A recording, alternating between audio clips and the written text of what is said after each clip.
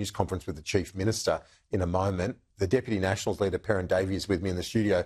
The Prime Minister said he'll announce his travel commitments when they are made, but Gavin Morris, the Coalition, saying that he should get to Alice Springs ASAP. What's your read? I absolutely think he should get up there as soon as possible. Yes, it was very nice for the Prime Minister to say, oh, I've been to the Northern Territory 9 times. The Northern Territory is a huge place. When he was up there with his shadow cabinet just the other week, he avoided Alice Springs like the plague. He needs to get up there. He needs to have a look. Where is the $250 million that he gave to Alice Springs over a year ago? How is that being spent? What is it achieving? And have a look at what is happening on the ground. Do you think that the ADF, I know your counterpart, Senator Jacinta Nampijinpa-Price, has said the ADF should be sent in. Is that the answer here? Look, they definitely need resources. The Territory government has clearly lost control of the situation. One of the problems by moving 58 police to Alice Springs to assist is you are creating a shortage elsewhere. And that is the concern. We need human resources on the ground to assist, to regain control of the situation. Senator Price and also Gavin Morris, who I spoke to, the principal of the Yiparenya School, was saying there's a lot of complexity, but there's some payback going on that he says it's a distortion of traditional Indigenous law that people are using to conduct gangland violence right now. It sounds like a nightmare. It effectively is gangland violence.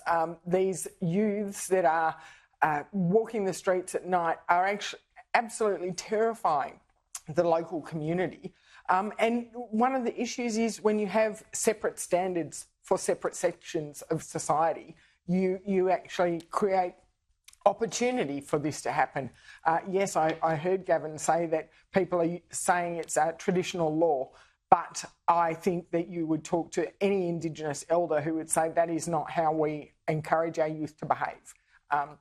So it's using excuses to try and justify basically losing control of the situation. On another matter, the Prime Minister having a dig at the Coalition for politicising the Migration Amendment Bill. Is that what we're seeing? Is that what you did yesterday? No, we did not politicise it. The Prime Minister said we were fully briefed. They gave a 20-minute briefing on the morning that the legislation was introduced to the House of Representatives.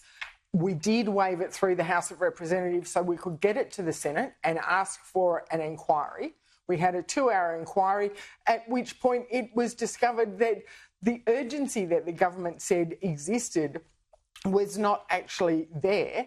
That at the inquiry, they said that the legislation was nothing to do with the prospective court cases, in which case then we should do our job as elected parliamentarians and scrutinise legislation. That's what we've done. But when you've got a toughening of the law, the Coalition generally is seen as the tougher on border protection. Why wouldn't you just get on board? Well, we haven't had the opportunity to fully scrutinise this piece of legislation to make sure that everything's ironed out, that there's no unintended consequences.